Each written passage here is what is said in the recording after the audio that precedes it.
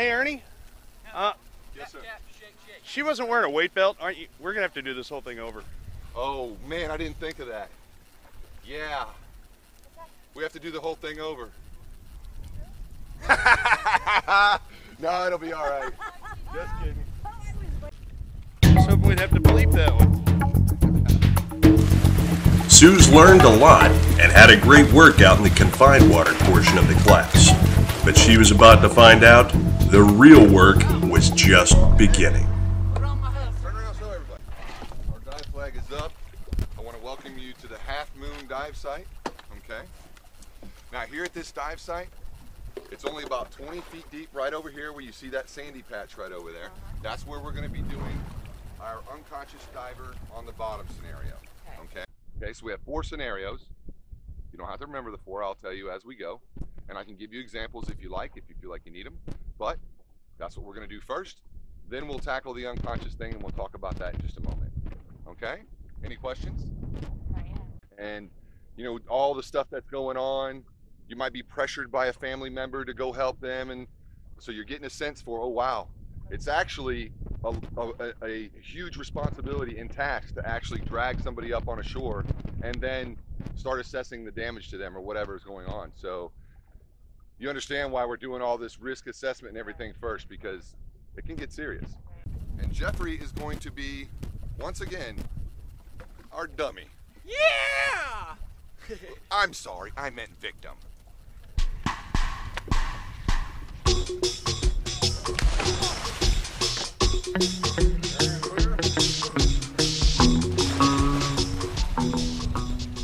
Okay, Scuba Suz.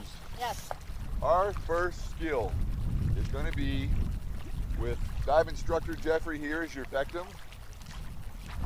And he's going to have a leg cramp. The leg cramp is one of the most common ailments in scuba diving, especially with newer divers who aren't using proper form a lot of times or expending way too much effort. This time I want you to, when you approach him, announce who you are. Oh shit. It's okay. Announce who you are. Say, hi, I'm Scuba Suz. I'm a rescue diver. I'm here to help you. Okay. And then when you do approach him, remember again, approach him quickly and forcefully. That way you know that he knows you're taking charge. Okay. You're not moving in slow. I know you're a sweet person and you want to be kind, No. but let him know you're taking charge. If he takes his regulator out, Yeah. tell him to put it back in. All right. If he doesn't put it back in for him. All right. What's your name? My name's Jeffrey. Jeffrey. I'm Scuba Suz. I'm gonna help you. What's the matter? My leg, it's really cramped. Okay. Hold on. Put your regulator in. There you go. I'm gonna turn you around. Yep. All right. Give me your leg. Stretch it out. Does that feel a little better? Oh yeah. Awesome. Okay, I'm gonna take you back to the boat. Okay. Like a wheelbarrow. Yep. Thanks. Put your regulator in. Keep it in. PCB's loaded. He's at the boat. All right. Who needs help up? Watch your head. Hands up. Other one. Great. Good job. Excellent. Super charge. That was really good. Yay! Excellent job. Okay. All right, we're going to do another one. We only got 3 more to do. And this is when the rescue course becomes a real physical and mental test. Doing these skills in rescue scenarios over and over until they're done perfectly. Because in the real world, if you're going to rescue a diver, you only get one shot. We're going to move into the unconscious diver below, okay? Jeffrey's going to be your victim again. He's going to be at 20 feet. And the things I'm going to want to see is you're going to have to tow him 50 yards. But remember, you're going to go over, you're going to check him first by tapping on his collarbone or squeezing his wrist, okay? Flash your hand in front of his face. The one side behind him.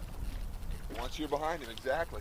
It helps if you put your hand under his right arm like that and get it in front of his face, because then if you find out he's unconscious from underwater, all you have to do is you already have your hand, you put it on his regulator and his mask, you boosh, you got him control, you throw him on his back. Okay. After you establish buoyancy at the surface, I want you to check for signs of breathing. All right, so he's on the surface, you guys are both buoyant. You're going to check for signs of breathing. If he's not breathing, you're going to immediately go into rescue breaths. 2 breaths every 5 seconds. Okay. Let's go down and do it. I'll be watching. I'll be ready.